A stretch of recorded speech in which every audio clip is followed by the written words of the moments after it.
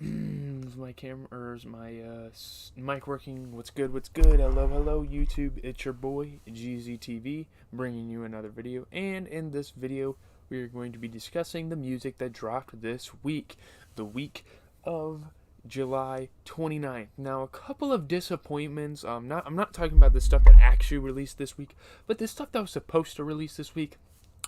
We're going to get to a couple of those things, and we're going to talk about that when we talk about the first track on here. You know, Nav, Travis Scott, and Lil Baby, pretty much the main event of the week, come in and release a new track, Never Sleep. Now, I don't think this track's bad. That's really not my point here. I'm not really going to talk about this track that much. I'm more going to kind of talk about the disappointments that have arisen out of this week. So, Lil Baby, as you guys recalled a while ago, you know, we mentioned it on my Twitch. I might get back to like showing my face on Twitch again because I've just been playing games. Lollapalooza just happened. Maybe I'll react to some performances, that sort of thing. I think I'm going to be going to a Suicide Boys, Ski Mask, JPEG, Snot concert here in the fall, and I'm really fucking excited for that because it's the first time I've seen any of those four. DJ Scheme's going to be a DJ, so that's going to be a fun time as well. But Lil Baby was supposed to drop an album in July. It's July 31st.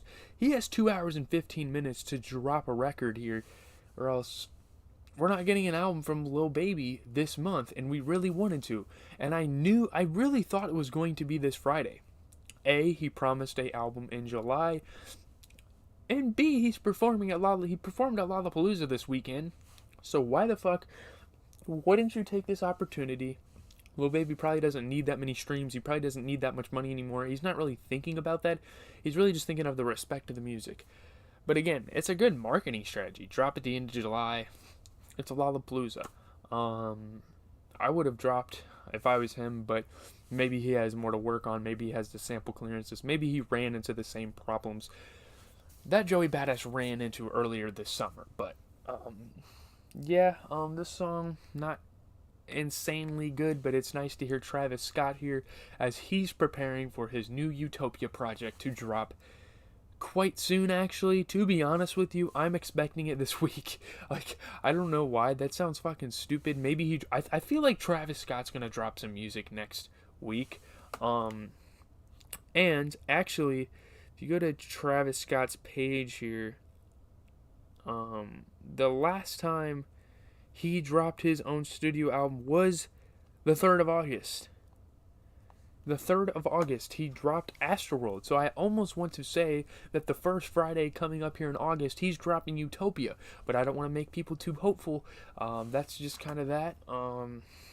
Let's move on to Beyonce's Renaissance album, Listen. I didn't really want to listen to this record, okay? I probably should have. She is a pop icon, but shout out to Beyonce because she has released her Renaissance album.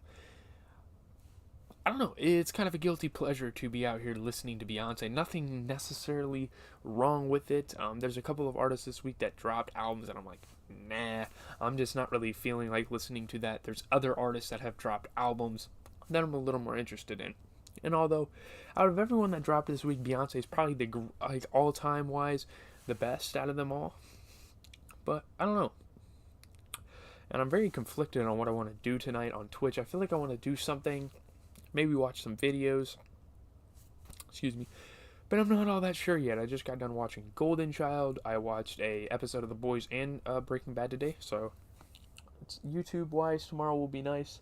But I'm really exhausted. I've been staying up really late over the weekends with my cousin Logan, and we've been playing like multiverses. I've been getting a couple games of Fortnite in, but I'm exhausted. I just sat at a visitation today for nearly 2 hours, so that's what's happening in my life. But Beyonce and Wiz Khalifa, they both dropped projects that I didn't listen to. Maybe someday. If people start raving over Beyonce, we will do an album review here. I mean, she's definitely deserving of that. Quavo, Takeoff, and Gucci Mane, you know the whole Quavo Takeoff breaking off from Offset, letting him kind of do his solo career, and they're joined together as a duo. They dropped another single, maybe an album is in the works, but this time they have enlisted Gucci Mane, and it's a pretty decent track. Again, when you're listening to music on stream and stuff like that, it's kind of forgettable. But I don't know. We'll have to see how some of these tracks age. Maybe I'll see myself later in the year kind of going back and listening to tracks. There's only a couple of things that really dropped this week that caught my ear, really got me impressed with it. So yeah, I think on Twitch tonight we will do some video reactions. I played a lot. I played a lot of Fortnite lately. Maybe I should lay off it. I mean, I think it's really fucking fun. I find a lot of joy playing that in multiverses, and obviously when the new 2K and the new Madden, guys, I'm probably going to end up buying Madden here in a couple weeks, like 2.5 weeks here. I'm probably going to be buying Madden, so I'm probably going to be making YouTube videos. I'm going to be streaming, that sort of thing. Young Dolph, Hall of Fame. Rest in peace to Young Dolph. His team has released a track to celebrate the anniversary of his passing, I believe is why they're doing this. So yeah, Young Dolph dropped a track this week. It was pretty cool.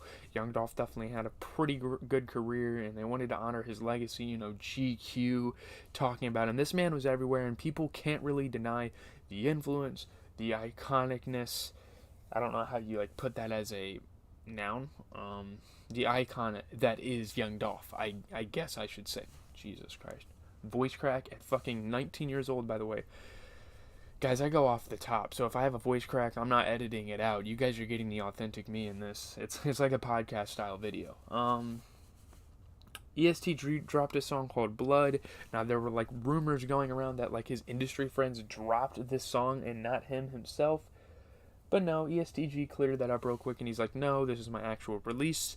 He put a music video with it, which probably not gonna watch it realistically, but yeah, ESTG Blood.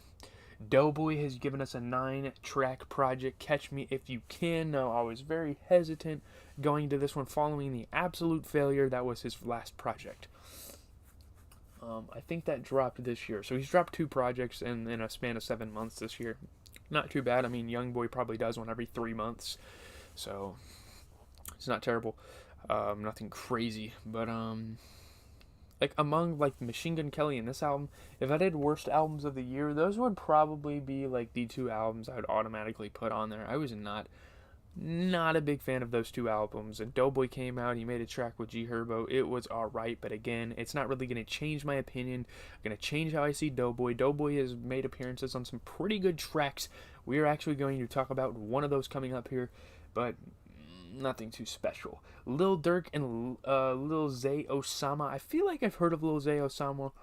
Not that much. Maybe my friend, like one of my older friends, like showed me like a couple years back, maybe like 3-4 years ago, showed this guy named Zay Osama. I don't know if he like changed his name or anything.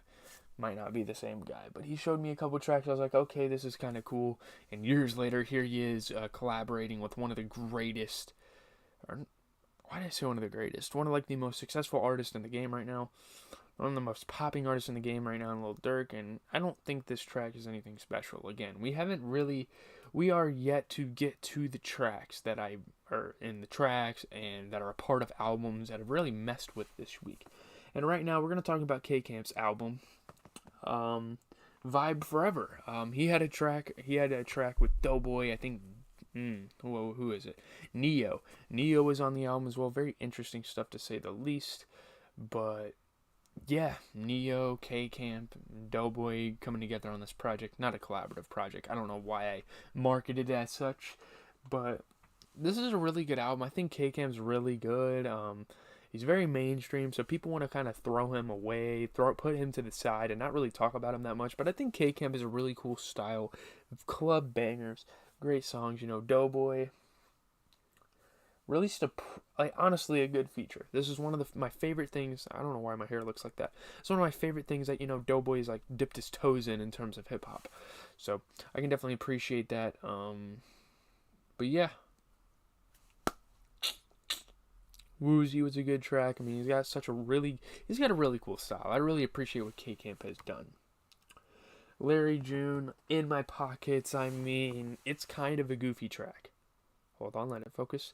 Larry June has been a guy I've been kind of paying attention to in the past, and this song, In My Pockets, very goofy beat. I don't know, the raps were pretty cool, but not one of my favorite Larry June tracks, if I'm going to be honest with you. Hot Boy dropped an album. This was one of the bigger drops this week. You know, he had a single that I actually talked about last week with Kodak Black. Great marketing. He drops 2 tracks with Uzi and a track with Big 30 on this album, but I did listen to a decent amount of the other tracks. Hot Boy's pretty cool. You know, he's in that same lane as kind of like Shorty is. He's pretty solid. I'll give him some props. You know, the song with Fashion, Lil Uzi Vert, one of the best things I've heard Lil Uzi Vert be on this year.